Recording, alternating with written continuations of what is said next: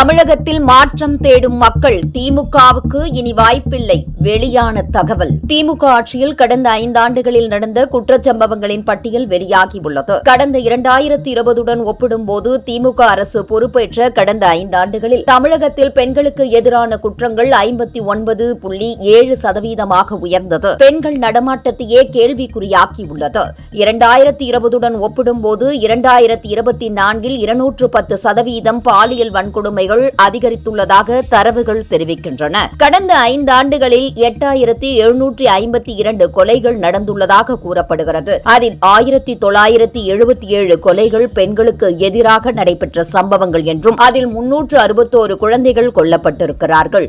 38 பெண் குழந்தைகளை கொடூரமாக பாலியல் வன்கொடுமை செய்து கொலை செய்யப்பட்டது வேதனை அளிப்பதாகவே உள்ளது. இந்தியாவிலேயே அதிகமாக மது விற்கப்படுகின்ற மாநிலம் தமிழகம் என்ற பெயரையே பெற்றுள்ளது. தமிழகத்தின் மிக மோசமான நிலையை எடுத்துக்காட்டுவதாக கருத்து வெளியாகியுள்ளது. இது மட்டுமின்றி தூத்துக்குடி மாவட்டம் விளாத்திக்குளம் பகுதியில் இயற்கை உபாதை கழிக்க சென்ற 12ஆம் வகுப்பு மாணவியை பாலியல் வன்கொடுமை செய்து கொடூர கொலை. கிருஷ்ணகிரியில் 60 வயது மூதாட்டி பாலியல் வன்கொடுமை செய்யப்பட்ட சம்பவம்.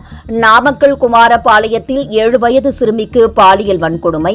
போதையில் இருந்த காவலர் வீடு புகுந்து தனியாக இருந்த பெண்ணுக்கு பாலியல் துன்புறுத்தல். தரமணி கல்லூரி காவலாளி மனைவி கூட்டு பாலியல் செய்து அவரது குடும்பத்தையும் சிதைத்த கயவர்கள்.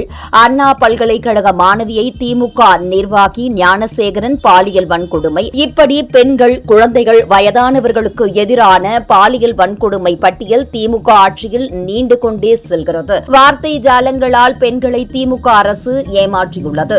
ஆட்சிக்கு வருவதற்கு முன் அனைத்து குடும்ப தலைவிகளுக்கும் மாதம் ரூபாய் 1000 வழங்கப்படும் என்று கூறிவிட்டு ஆட்சிக்கு வந்த பின் தகுதியுள்ள மகளிருக்கு மட்டும் ரூபாய் 1000 என ஏமாற்றியது. இப்படியான மோசடிகளை நம்புவதற்கு தமிழக மகளிர் முட்டாள்கள் அல்ல என்ற பேச்சு தற்போது பெண்கள் மத்தியில் எழுப்பப்பட்டு வருகிறது. தேசிய ஜனநாயக கூட்டணி ஆட்சி அமைத்தால் உறுதியாக தொடர்ந்து உரிமை தொகை வழங்கப்படும் என்பதை மகளிர் நன்கு அறிவர். ரூபாய் 28,000 வழங்காமல் ஏமாற்றிய திமுகவிற்கு வரும் தேர்தலில் ஏமாற்றத்தையே பரிசளிப்பார்கள் என்பதில் எந்தவித சந்தேகமும் இல்லை. தமிழக பெண்கள் தொடர்பான பிரதமர் மோடி தலைமையிலான மத்திய அரசின் சாதனைகள் நீண்டு கொண்டே போகிறது.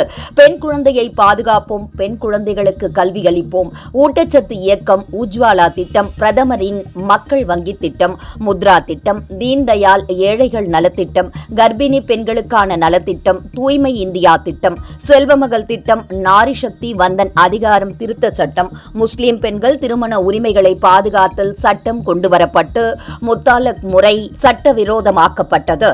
இப்படி தேசிய ஜனநாயக கூட்டணி ஆட்சிக்கு வந்தால் பெண்களுக்கு மேலும் பல புதிய சலுகைகள் கொண்டுவரப்படும் என்பதில் எந்த மாற்று கருத்தும் இல்லை. எனவே திமுக ஆட்சியை வீட்டுக்கு அனுப்பி மாற்றத்தை கொண்டுவர வேண்டும் என்பதே அனைவரின் எதிர்பார்ப்பாக உள்ளது.